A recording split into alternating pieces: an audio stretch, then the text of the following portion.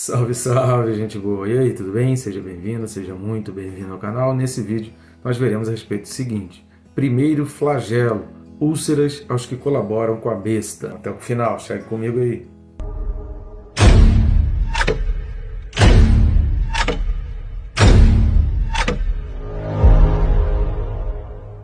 Mas antes, não deixe de se inscrever, né, querido? É bem rápido e fácil, só clicar no botão aí de se inscrever.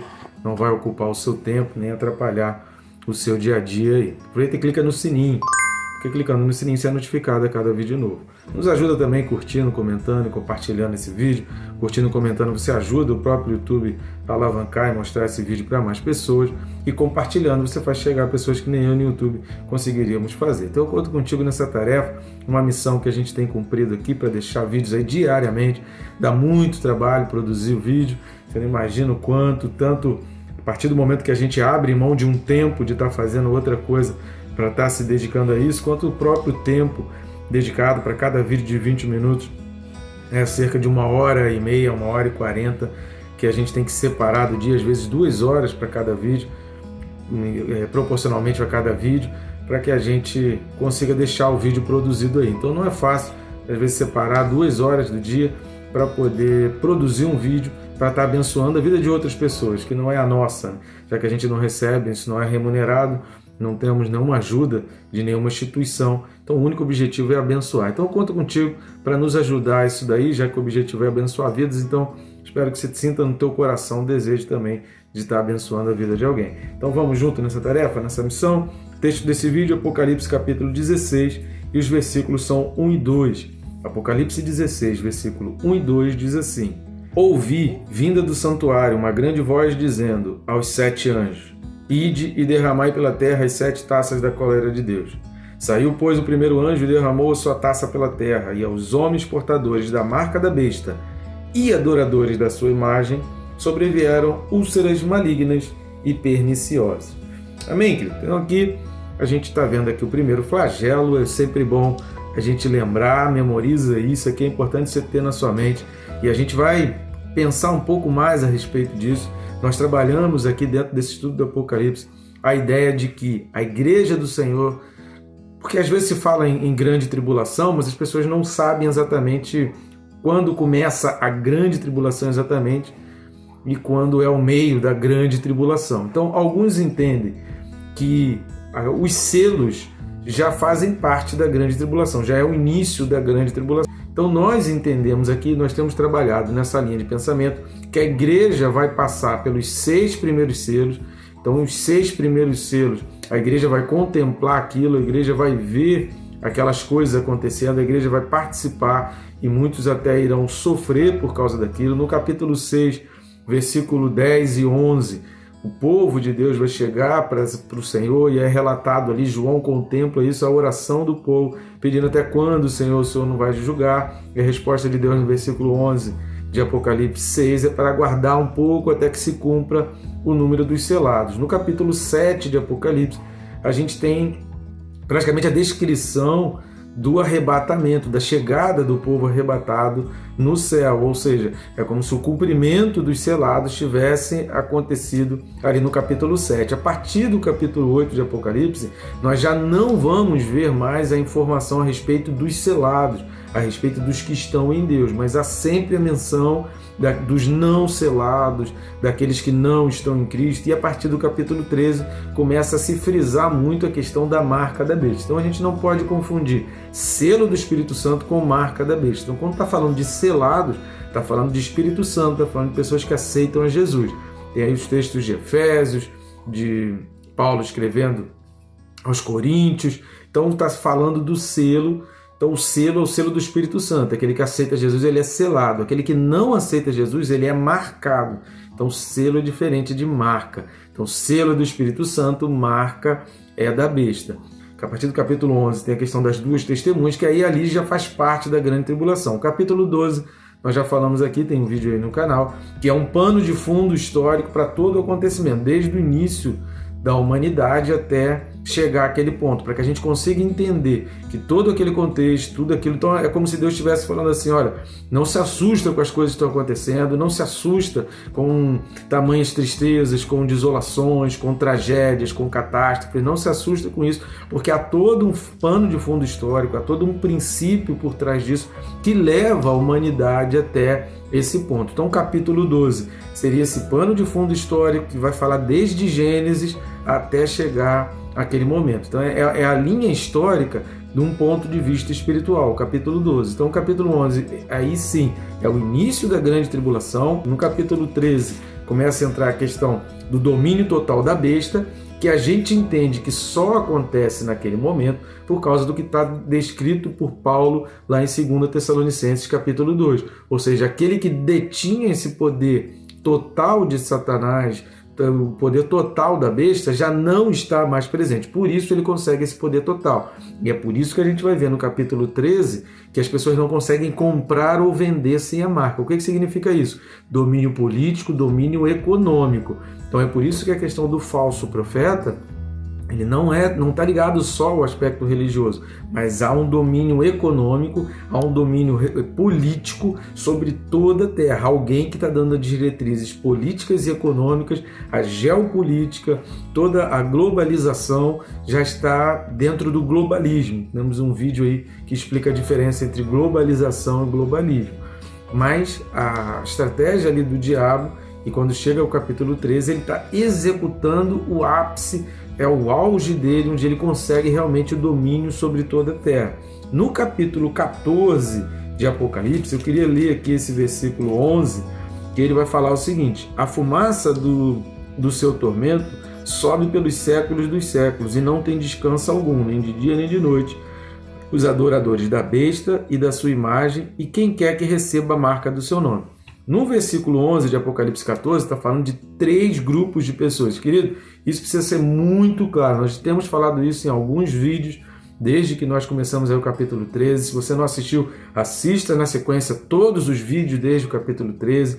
Não tire conclusões baseadas em um vídeo só. Embora a gente esteja analisando a Bíblia versículo a versículo, não tem como você tirar uma conclusão plena olhando apenas um vídeo, olhando apenas 1 ou 2 versículos. Você precisa olhar o contexto. Então, os vídeos eles são complementares, tá? Eles não são vídeos distintos, eles não são vídeos isolados, eles não podem ser vistos de maneira isolada. Então, assista os vídeos de um capítulo inteiro, todos os vídeos daquele capítulo, todos os vídeos dentro daquele parágrafo, dependendo aí da sua Bíblia, para que você tenha um entendimento, e os vídeos que a gente vai mencionando. A cada vídeo a gente sempre faz um link aqui mencionando para você assistir um vídeo ou outro, para ajudar no entendimento, para que você tenha uma compreensão plena aqui. Então, isso aqui é muito importante você entender que está se falando de 3 grupos de pessoas. Quem são os adoradores da besta? Os adoradores da besta são aqueles confessos, aqueles que se declaram satanistas, aqueles que se declaram realmente adoradores do mal, aqueles que se configuram, aqueles que mudam o seu estereótipo, aqueles que agem como cachorro, como gato, como boi, como porco, aqueles que no seu ser, no seu semblante, na sua forma de expressão é nítido, e você olha para essa pessoa e você vê que essa pessoa é um satanista, é um adorador da besta, é um anticristão. Então o adorador da besta é esse declarado, é esse que todo mundo olha e percebe que é adorador da besta.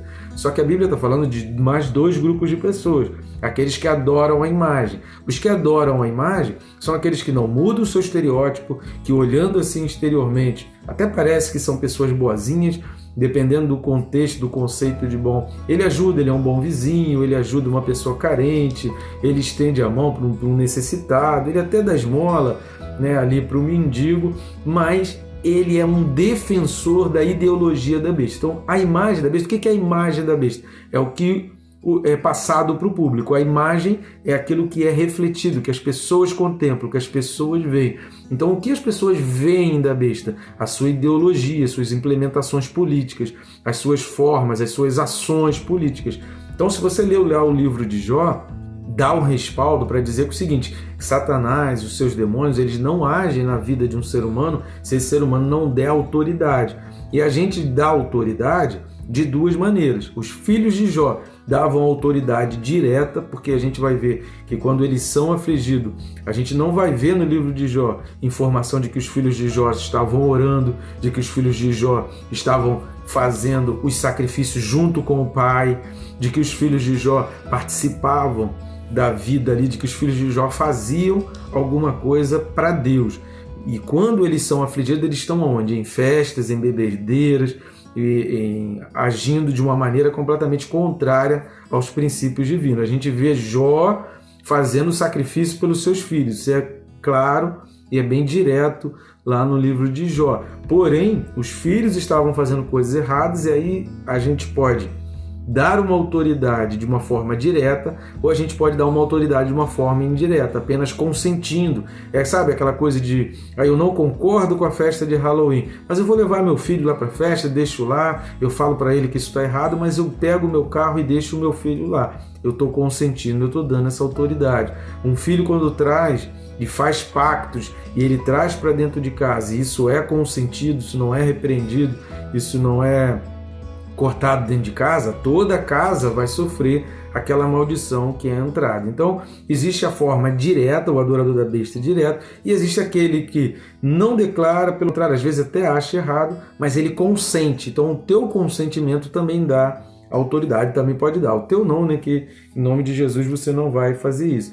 E aqueles que têm a marca do seu nome. Aqueles que têm a marca do seu nome são aqueles agentes secretos, né? São aquela pessoa que tem uma postura, que tem até uma aparência de que é cristão, de que até engana pessoas, de que fala até muito bem, até canta louvores, ele já tem até DVDs gravados, ele faz shows aí, mas sempre que pode ele fala mal da igreja, sempre que pode ele é contrário a posturas da igreja, sempre que pode ele ataca lideranças importantes da igreja, sempre que pode ele tenta desfazer completamente todo o trabalho que a igreja, ele não participa de célula, ele não é discipulado, ele não tem discípulo, ele não lê a Bíblia, ele não ora, mas adora dar pitaco nas coisas que a igreja está fazendo. Então, ele permite marcar, mas ele é aquele agente secreto. E por que eu estou falando isso? Porque quando a gente olha para o capítulo 16 aqui, vai falar que essa taça ela foi derramada pela terra aos homens, portadores da marca e adoradores da sua imagem. Então está mais falando do número. Por quê? Porque aqui no caso todos já estão marcados. Então a marca do número já foi impregnada, já foi completada. Isso já é, essas pessoas que estão aqui recebendo esse primeiro flagelo, são pessoas que já fizeram a sua opção e já estão convivendo normalmente. Então o número da besta, a marca, aqui, nesse momento de derramado o primeiro flagelo, é como um cartão de crédito, é como uma conta em banco, já virou normal, já é normalidade, por isso não é mencionado aqui no capítulo 6. Mas a gente tem essas duas classes. E aí a gente vai comentar aqui a respeito de 2 pontos. O primeiro ponto que a gente vai ver é exatamente essa questão das marcas. E aí eu queria ler contigo o capítulo 14 de Romanos. Então vamos lá para Romanos 14, versículos 22 e 23. Veja aí o que Paulo está dizendo. Paulo está dizendo o seguinte, versículo 22 de Romanos 14. A fé que tens, tem-na para ti mesmo perante Deus. Bem-aventurado é aquele que não se condena naquilo que aprova, mas aquele que tem dúvidas é condenado a se comer, porque o que faz não provém de fé, e tudo que não provém de fé é pecado. Querido, isso aqui é muito sério. Tudo que não provém de fé é pecado. Então, quando a Bíblia aqui está relatando em Apocalipse, e que João está vendo os portadores da marca da besta e os adoradores da sua imagem, ou seja, os dois já são adoradores da besta. Então, os portadores da marca da besta e os adoradores da sua imagem. Portadores da marca da besta já envolvem aqueles que são declarados, aqueles que são, como a gente já falou, a marca aqui já virou parte do dia a dia, já virou natural. Então, o portador da marca da besta, aquele adorador que é direto, aquele adorador que todo mundo percebe que ele é um adorador da besta. Agora, o adorador da sua imagem é aquele que às vezes fala assim, poxa, não concordo muito com esse cara não gosto muito dele não, mas é o que tem, né? É o que a gente tem aí, então vamos seguindo. Ele adora a sua imagem. E o que é a imagem da besta? É a sua ideologia. Tudo aquilo que a gente falou, tem um vídeo aí que a gente fala sobre globalização e globalismo, tem um outro vídeo que a gente fala sobre ESG. Então pesquisa aí que a gente fala um pouco mais sobre isso e pesquisa aí na internet a respeito disso. Então a imagem da besta é a sua ideologia. Então são aquelas pessoas que por causa de negócios, porque precisa viver no dia a dia, porque já está envolvido em questões de dinheiro, financeiro, dentro dessas coisas, ele está envolvido naquilo dali no dia a dia. Então o adorador da imagem é o adorador da ideologia, é aquele que aceita a ideologia. Ele até diz que ele, por isso que eu li esse texto de Romanos capítulo 14, que fala, a fé que você tem que ter para ti diante de Deus, ou seja, a tua conduta, as tuas atitudes precisam refletir a tua fé. Que Paulo está falando lá, olha, bem-aventurado aquele que não se condena naquilo que aprova. Como é que você aprova uma ideologia? Na hora que você vota em pessoas que você sabe que vão implementar, que vão trabalhar, que vão fazer de tudo para que aquela ideologia seja implementada. Você apoia uma ideologia na hora que você começa a aceitar, engolir aquelas coisas, engolir essas ideologias, sem recriminar, sem tentar entender, sem pesquisar. Lembra do pare e pense do vídeo passado? Então, é sobre isso. A pessoa já tira conclusões e já fala, não, mas tem que ser assim, mas isso faz parte do progresso. Então a gente precisa ter muito cuidado com esse tipo de pensamento. Então, os adoradores da sua imagem são aqueles que acham muito legal, acham muito bom toda a ideologia do ESG e da agenda ESG. A gente não pode esquecer que a ESG é uma agenda e que está muito ligado, que está dependente e totalmente dentro da agenda da ONU 2030. Então essa agenda da ONU 2030 são exatamente as diretrizes ideológicas para a implementação do mundo dessas coisas. O que impede ainda que isso seja implementado no mundo inteiro e por que algumas lideranças mundiais ainda conseguem ser contra e não aderem a isso? Exatamente porque estamos vivendo o tempo lá de 2 Tessalonicenses capítulo 2. E ainda existe aquele que detém. Quem é que detém essa implementação global? A igreja, o Espírito Santo.